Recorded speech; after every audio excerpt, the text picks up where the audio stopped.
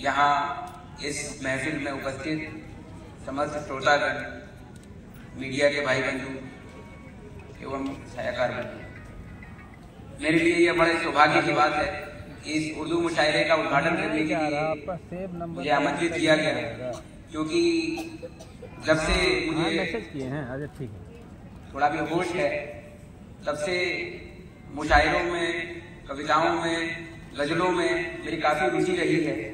और मैं मानता हूँ कि भाषा जो है वो वाद संवाद का एक माध्यम है, लोगों तक अपनी बात पहुंचाने का एक माध्यम होता है, परंतु भाषा व्यक्तिगत रूप से भी और सामाजिक रूप से भी बहुत गहरे तक प्रभाव डालती है। मैं इसके कई उदाहरण देना चाहूंगा। व्यक्तिगत रूप से इसने मुझे काफी प्रभावित किया है। जब मैं तैयारी करता था तो उस टाइम पर कई बार होता है कि आप बहुत परेशान होते हो, स्ट्रगल ऐसा होता है कि लगता है कि सफलता मिलेगी या नहीं मिलेगी, या आगे क्या होगा। ऐसी कई चुनौतियों से आप जूझते हो, तब आप सहारा ढूंढते हो कि कोई चीज आपको सहारा दे, आपको प्रेरित करे, आपके अंदर उत्साह पैदा करे और सफलता को पाने में आपकी मदद करे। ऐसे समय में मैं कविताओं को काफी बढ़िया माध्यम मानता हूँ और मेरे जीवन में कविताओं के अलावा कोई दूसरी चीज ऐसी नहीं रही है कि जो इतनी गहरी तक मुझे मोटिवेट करे। जैसे एक बार मैं काफी परेशान था, तभी मोबाइल चलाते हुए शहरयार की एक पंक्ति आंखों के सामने से गुजरी और उसने मुझे इतना मोटिवेट किया कि जब भी मैं वो पंक्ति पढ़ता हूँ तो मुझे लगता है कि हर रात के बाद एक दिन जरूर आएगा। वो पंक्ति है कि स्याह रात नहीं लेती नाम ढलने का, स्याह रात नहीं लेती नाम ढलने का, यही तो वक्त है सूरज तेरे निकलने का। जब यह पंक्ति मैंने पढ़ी तो इस पंक्ति ने न केवल प्रिपरेशन में मेरी मदद की, बल्कि जैसे मेरा पहला रिजल्ट जब आया था तो उसमें एक रैंक से मेरा आईएएस रह गया था। मेरी 93 रैंक थी पहले अटेम्प्ट में। फर्स्ट अटेम्प्ट में सिलेक्शन तो हो गया, लेकिन 92 रैंक में आईएएस क्लोज हुआ और 93 रैंक मेरी थी, तो मैं आईआरएस इनकम टैक्स सर्विस मुझे मिली और मैंने पुनः प्रयास करना शुरू किया। तो एक रैंक से मेरी सर्विस रह गई थी, तो मुझे मन में काफी मलाल था कि शायद उसी अटेम्प्ट में मिल जाता तो अच्छा रहता, मेरा एक साल और ना जाता। हालांकि मैं बहुत खुश था कि मुझे सर्विस मिली थी और यदि आईएएस नहीं भी मिलता तब भी मैं काफी अच्छे से सर्विस करता।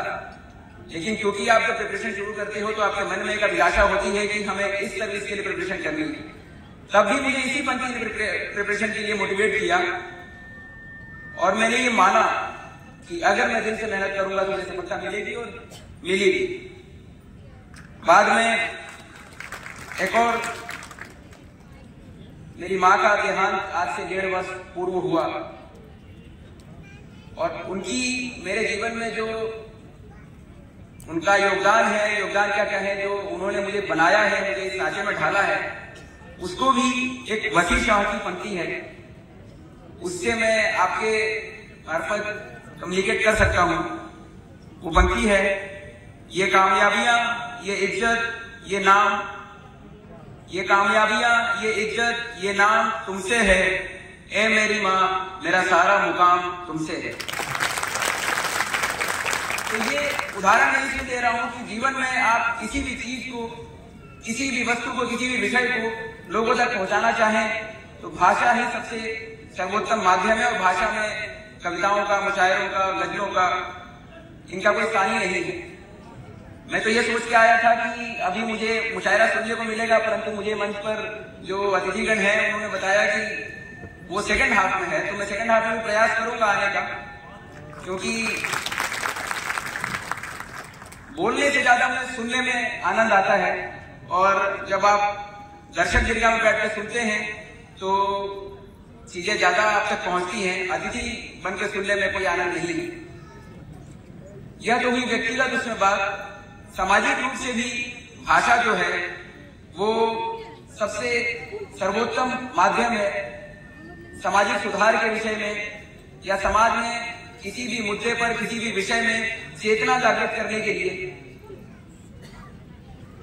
आप स्वतंत्रता संग्राम का जो पूरा दौर था उसमें भी देखेंगे तो हर भाषा का अपना अपना कंट्रीब्यूशन था। उर्दू में भी जैसे सर सैयद अहमद खान जैसे महान विभूतियां हमारे यहाँ हुई हैं, जिन्होंने पूरे वर्ग को जागृत करने का काम किया, उनके अंदर चेतना जागृत करने का काम किया और उन्हें यह एहसास दिलाया कि किस चीज से हम लोग जूझ रहे हैं, किस परेशानी से हम लोग जूझ रहे हैं और क्यों हम लोग गुलाम हैं।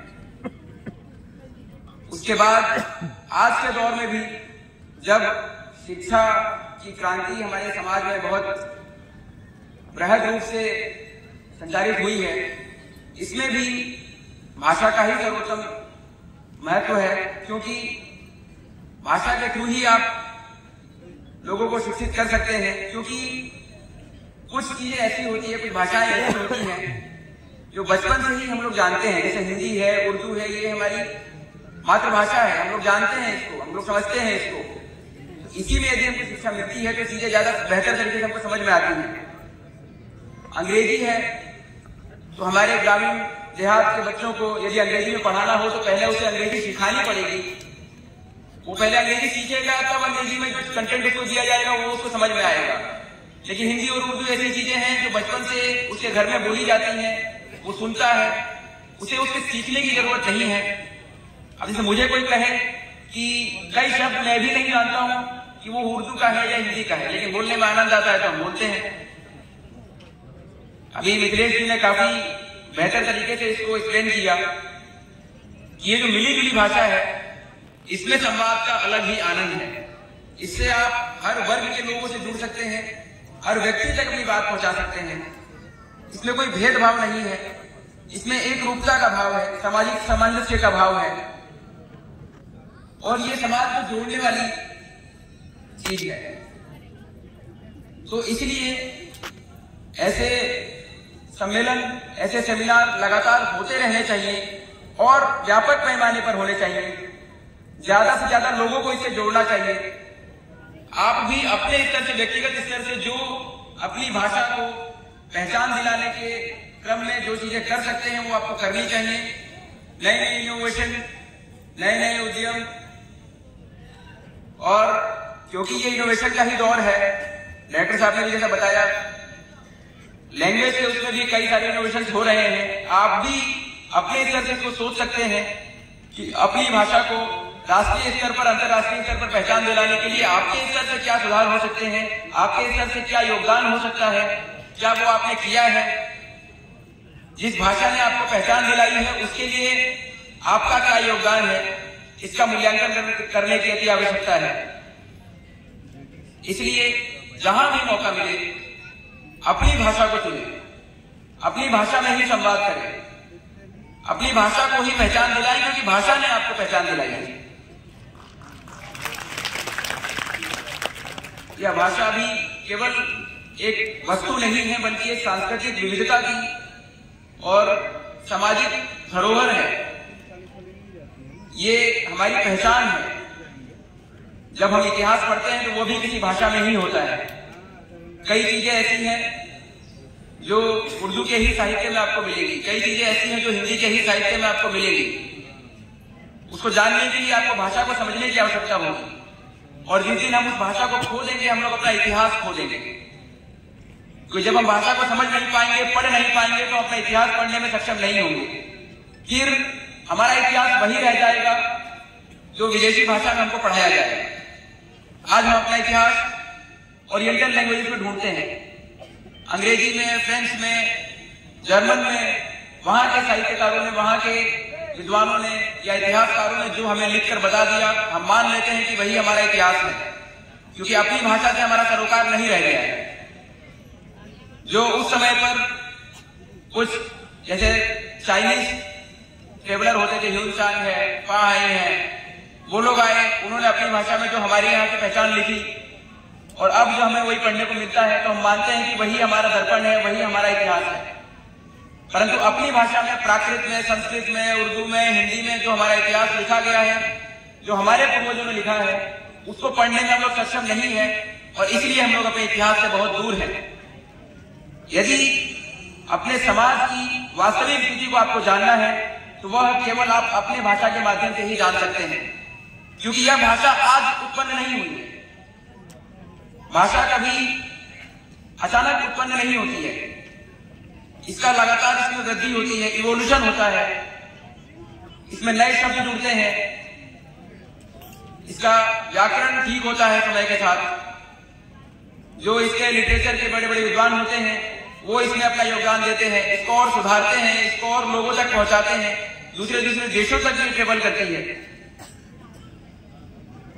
कई भाषाएं हम खो चुके हैं, तो हमारा प्रयास होना चाहिए कि जो हमारा बच गया है उसको हम बचा कर रखें, उसको सहेज कर रखें और आने वाले जनरेशन तक उसको पहुंचाएं।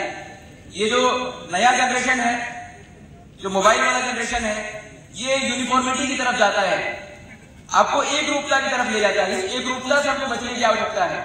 एक रूपता ये है कि आज आप गूगल चलाते हो तो गूगल में केवल इंग्लिश में ही सभी लोग कंफर्टेबल हैं, चाहे वो हमारा बच्चा हो चाहे वो। कोई उसमें यह प्रयत्न नहीं करता कि हम हिंदी या उर्दू में इसको चलाएं, क्योंकि कंटेंट जो है वो कंटेंट मैक्सिमम उसी भाषा में अवेलेबल है। हमको यह वेस्टर्न कल्चर जो है उसका आप कह सकते हैं इंटेंशनली या अनइंटेंशनली उनकी साजिश भी है, हमें अपनी संस्कृति से, अपनी विरासत से दूर ले जाने का। आज के युग में सरहद केवल ज्योग्राफिक सरहद नहीं है, भौगोलिक सरहद नहीं है, अब सरहदें नहीं रही। आप अपनी सरहदों की रक्षा कर सकते हैं लेकिन अपनी संस्कृति की रक्षा नहीं कर सकते। पंजाब तक, तमिलनाडु तक आपकी सरहद जाती है, लेकिन जो कंटेंट आपको यूएसए से, यूके से, फ्रांस से, जर्मनी से, रशिया से जो मिल रहा है उस पर कोई रोक टोक नहीं है।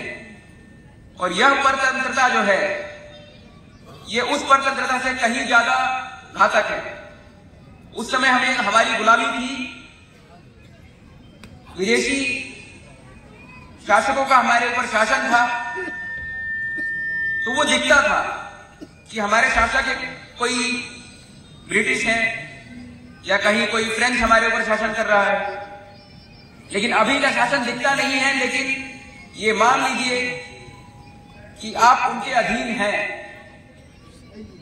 वो जैसे चाहें वैसे आपकी संस्कृति को तोड़ सकते हैं, मरोड़ सकते हैं, आपके इतिहास को बदल सकते हैं, क्योंकि इतिहास वही है जो लिखा गया है।